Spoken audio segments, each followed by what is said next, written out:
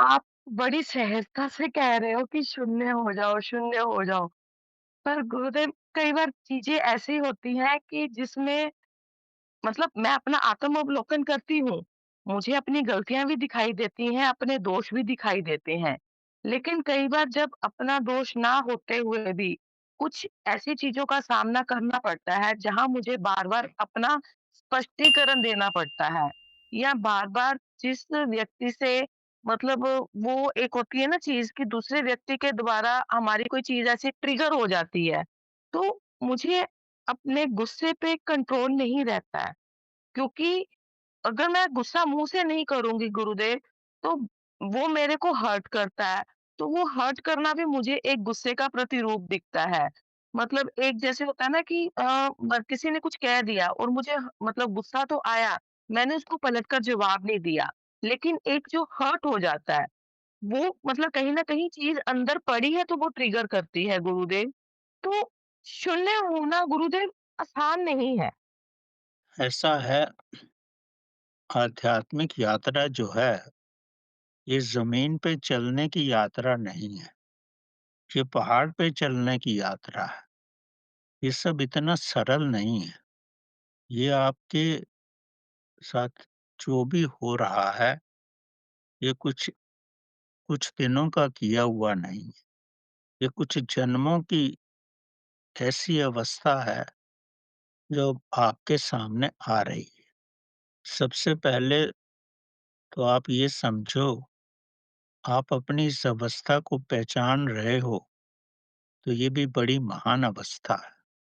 जब व्यक्ति अपने को पहचान जाता है कि मेरे अंदर क्रोध है या मेरे अंदर काम है या मेरे अंदर लोभ है, पहचानना ही बड़ी महान अवस्था है। तो अब ये समझो कि 70% तो आपने जीत लिया स्वयं। अक्सर लोग तो दूसरों की ही गलतियां निकालते हैं, स्वयं को तो जानते ही नहीं कि क्या हो रहा। तो ये आपकी महान अवस्था है कि आप इस स्वयं को जान रहे हैं। दूसरी बात ये है, क्रोध जो है वो एक शक्ति है। जैसे काम शक्ति है, क्रोध शक्ति है, अहंकार शक्ति, ये सब शक्ति है। शक्ति के रूप अलग-अलग हैं। अगर शक्ति ना हो तो इंसान कोई कार्य भी नहीं कर सकता। क्रोधी आदमी जीवन में बड़े ऊँचे-ऊँचे कार्य कर लेता है, क्योंकि उसमें शक्ति है। जिसमें शक्ति नहीं है, जो निपुंसक है, जिसमें एनर्जी नहीं है, वो कोई कार्य नहीं कर सकता। तो क्रोध एक शक्ति है, पर एक नेगेटिव रूप से दूसरे चैनल से बह रही है। तो इसको आपको रूपांतरण करना है। आपके सामने सिर्फ इतना ही काम है, इसको रूपांतरण करना।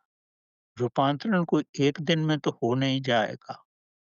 अगर आपके अंदर ये दृढ़ संकल्प है कि मेरा जो क्रोध है मैंने इसको रूपांतरण करना है, तो इसके लिए आप प्रयत्न करो, धीरे-धीरे सब हो जाएगा।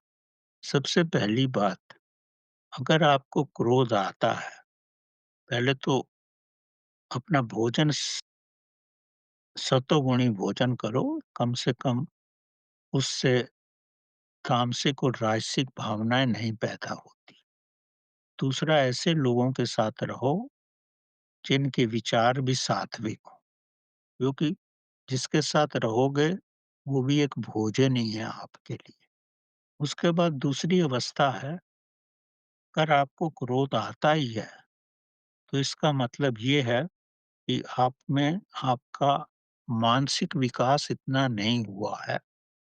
आपके पास शक्ति ज़्यादा है और आपका बर्तन जो है, मन रूपी बर्तन, वो छोटा है। आपके पास दूध तो 2 किलो है और बर्तन आपके पास 1 ही लीटर का है, तो वो दूध बाहर निकलता ही रहेगा। तो आपकी मानसिक शक्ति को बढ़ाओ। मानसिक शक्ति को जैसे ही बढ़ाओगे, तो क्रोध की मात्रा तो उतनी ही रहेगी, लेकिन आपकी शक्ति बढ़ गई, तो उसका आप पे असर नहीं। अब मानसिक शक्ति कैसे बढ़ाई जाती है?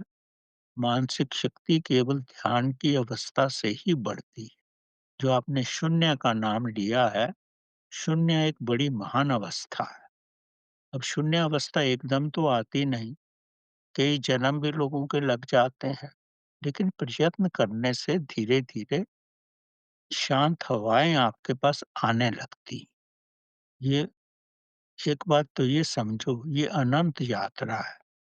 अनंत यात्रा में अगर आप 2-4 दिन या 2-4 साल लगाते हो या 2-4 घंटे लगाते हो, तो एकदम असर देखने को नहीं मिलेगा, लेकिन आपको ठंडी हवाएँ आने लगेगी। इतना तो मैं कह सकता हूँ। लेकिन अगर आप इस रास्ते पे चल ही रहे हो, तो ध्यान का समय थोड़ा ज़्यादा करो। जैसे-जैसे ध्यान करोगे आप, तो आपके विचार कम हो जाएँगे। आपकी जो मानसिक क्रोध है ना, वो ध्यान में परिणित हो जाएगा। तो जैसे ही वो ध्यान में परिणित होगा, तो आपका मानसिक विकास होगा, एनर्जी का ट्रांसफ़ॉर्मेशन हो जाएगा। दूसरा, आपकी जैसी भी भावनाएँ या कुछ पढ़ने की है या कुछ लिखने की है या आर्ट की है या पेंटिंग करते हैं आप, जो भी आप कार्य करते हो, ताकि आपकी मानसिक शक्ति उसमें लग जाए। अगर ये भी नहीं करते, तो फिज़िकल एक्सरसाइज़ से भी शक्ति का प्रयोग हो जाता है, क्योंकि है तो शक्ति, उसको केवल उसको दिशा देने का है। दूसरा, आप अपने अंदर ये धारणा रखो कि अगर मेरे को क्रोध आया है, तो मैं इस पे क्रोध 24 घंटे के बाद करूँगी। उस समय नहीं करूँगी, 24 घंटे के बाद करूँ। अगर इतनी भी आप प्रतिज्ञा करो कि उस समय नहीं करूँगी, 24 घंटे के बाद करूँगी, तो आपने क्रोध को दबाया नहीं है, सिर्फ़ पोस्टपोन किया है। तो इस 24 घंटे में आप शाम में या रात में आपके दिमाग में बात रहेगी कि मैंने उसने मेरे पे क्यों क्रोध किया या मैंने क्यों किया? आप उसका एनालाइज़ कर पाओगे। तो 90% केसेस में आपको यही लगेगा कि गलती उसकी नहीं थी, गलती मेरी ही थी। मैंने कुछ ऐसे शब्द बोल दिए थे या ऐसी कोई भाषा बोल दी थी या मेरे बॉडी के वाइब्रेशंस ऐसे थे कि वो इसको टॉलरेट नहीं कर सके। अब जब ये अवस्था आएगी, तो आप दूसरे को समझ पाओगे। अगर उसके साथ आपको रहना ही है, तो अपने आप को थोड़ा बदलो आप, ताकि आपके वाइब्रेशंस थोड़े पॉज़िटिव हो जाएँ, ताकि उसको हर्ट ना हो। कुछ लोग तो किसी की भाषा से भी हर्ट हो जाते हैं। कुछ लोग एक-दूसरे की शक्ल देख के भी हर्ट हो जाते हैं। ये बड़ा कॉम्प्लेक्स है। तो अगर आप निश्चय आपने कर लिया कि मेरे को क्रोध नहीं करना है, तो मानसिक शक्ति को बढ़ाओ, ये कार्य करो। और तीसरा, अगर क्रोध की भी 3 अवस्थाएँ होती हैं। क्रोध आने से पहले की दिशा, क्रोध का समय और क्रोध के बाद का समय।